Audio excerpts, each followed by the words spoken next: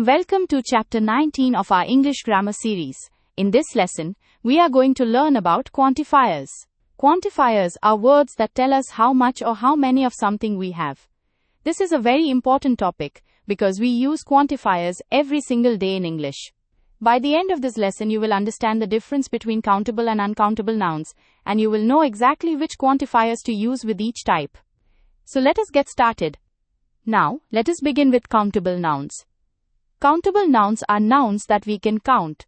For example, we can say 1 book, 2 books, 3 books. Other examples include pen, boy, bag, and baby. These are all things we can count one by one. When we use quantifiers with countable nouns, we have two main choices. First, we can use a few or some when we are talking about a small number of things.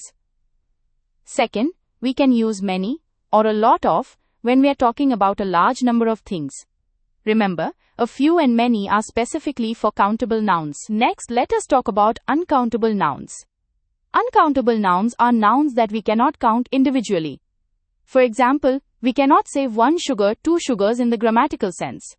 Other examples include coffee, time, tea, rice, and money. These are all things we cannot count one by one. For uncountable nouns, we use different quantifiers. We use a little or some when talking about a small amount, and we use much or a lot of when talking about a large amount. So remember, a little and much are for uncountable nouns, while a few and many are for countable nouns. Now let us look at positive sentences using countable nouns. Here are 6 examples. Number 1. I have a few pens left. This means I have some pens, a small number. Number 2. There are a few pens left. Again, a small number of pens remain. Now pay attention to number 3. There are few pens left. Notice that we removed the word a. When we say few without a, it means almost nothing is left. This is a very important difference. Number 4. I have many pens left. Or, I have a lot of pens left. This means a large number. Number 5. There are many pens. And number 6. There are too many pens. The word too before many tells us it is an excessive amount, more than needed. Now let us see the same patterns with uncountable nouns. Number 1. I have a little money left. This means a small amount of money. Number 2. There is a little sugar left. Again, a small amount. Number 3 is very important. There is little sugar left.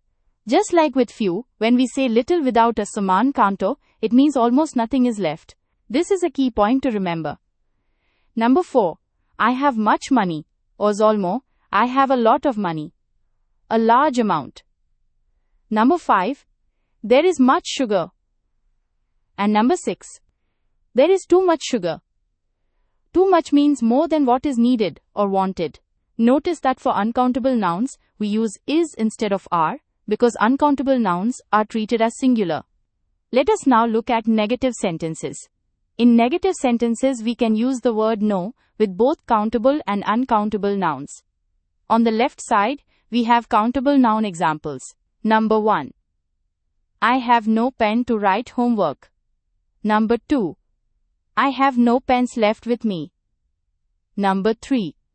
There are no pens left. Number 4. I do not have many pens. And number 5. There are not many pens. On the right side, we have uncountable noun examples. Number 1. I have no money to buy food. Number 2. I have no money left with me. Number 3. There is no money left. Number 4. I do not have much money. And number 5. There is not much money. The important thing to remember here is that in negative sentences, we use many for countable nouns and much for uncountable nouns, just like in positive sentences. When we ask questions using quantifiers, we use the words how many and how much. For countable nouns, we always use how many. For example, how many pens do you have left? Or, how many books are left on the table? For uncountable nouns, we always use how much. For example, how much money do you have left? Or, how much sugar is left in the cup? This is a very simple rule. How many for countable nouns and how much for uncountable nouns? If you can remember this rule, you will never make a mistake when asking questions about quantity. And here is your quick reference summary for this entire lesson. For countable nouns, use a few or some for a small quantity, many or a lot of for a large quantity, too many for an excessive amount, and few without when almost none is left. In negative sentences, use no or not many. And for questions, always use how many. For uncountable nouns, use a little or some for a small quantity, much or a lot of for a large quantity, too much for an excessive amount, and little without a for when almost none is left. In negative sentences, use no or not much. And for questions, always use how much. That brings us to the end of chapter 19. Practice these rules, and you will become very comfortable using quantifiers in English. Thank you for watching and keep learning.